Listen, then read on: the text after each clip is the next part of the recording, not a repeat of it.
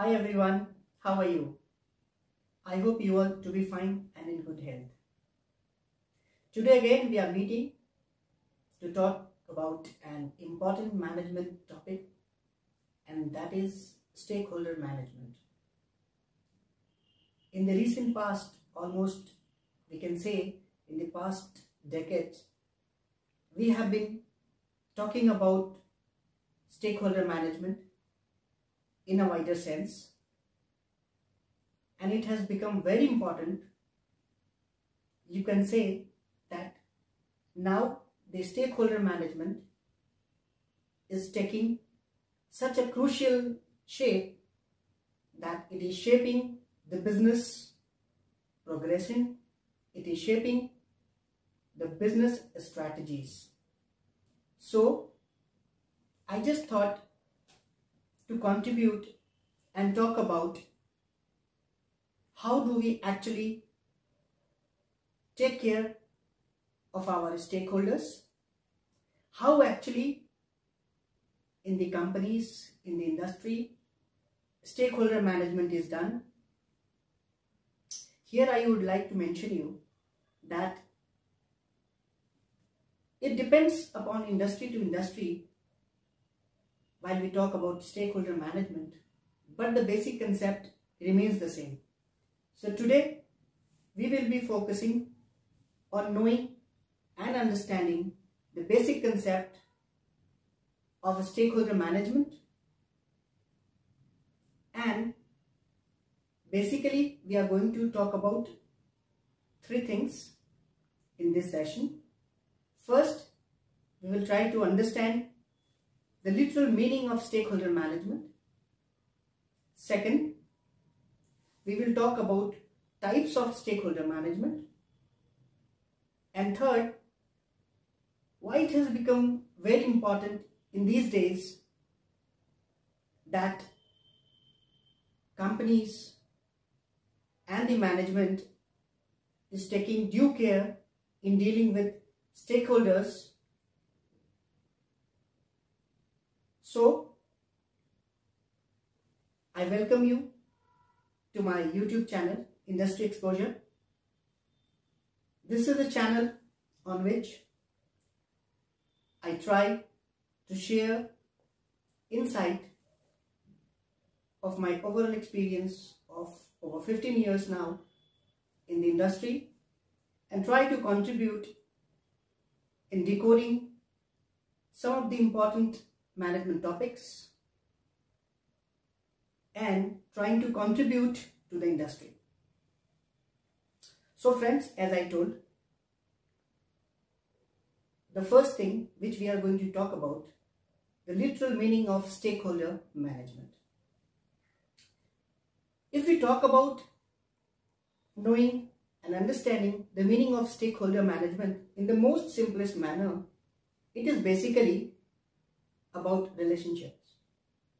I mean to say relationships with the peer, relationship with subordinate, relationship with supervisors or seniors, relationship with our head of department, and going further, relationship with cross-function teams. So it is basically how we deal with the team with whom we are working on day-to-day basis within an organization. So when we say that we are dealing with a couple of team members in an organization, maybe within the team or cross-function, all of them are our stakeholders with whom we are maintaining a relationship by engaging ourselves in different type of activities whichever comes to us as per the assigned job. Now we are going to talk about types of stakeholders. So this we are going to understand with an example. Broadly, there are two types of stakeholders in any business. One we call it internal stakeholders and one we call it external stakeholders. Now let us understand with an example. I think that will be in the most simplest manner so that we can understand. This will also understand freshers to understand types of stakeholders with the help of an example. Let us say there is a vendor who has got relevant experience, exposure in talent acquisition.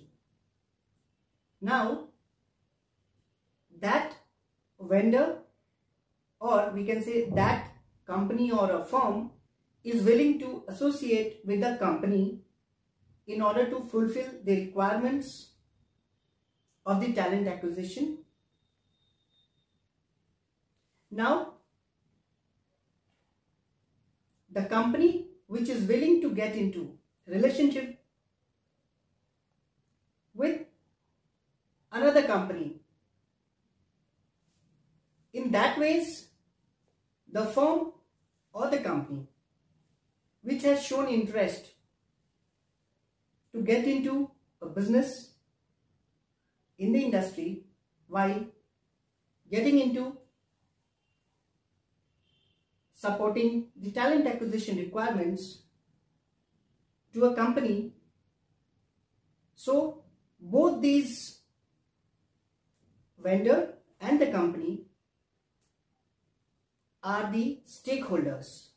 Now, the vendor or the firm which has shown interest in getting into an agreement with the company is said to be the external stakeholder, and the company is said to be the internal stakeholder. Now, all the documentation from the vendor side, which will be done with the help of course, maybe a procurement team in an organization. Now, the relationship between these two will be very important for the success and the future business opportunities with both of them will be going to share.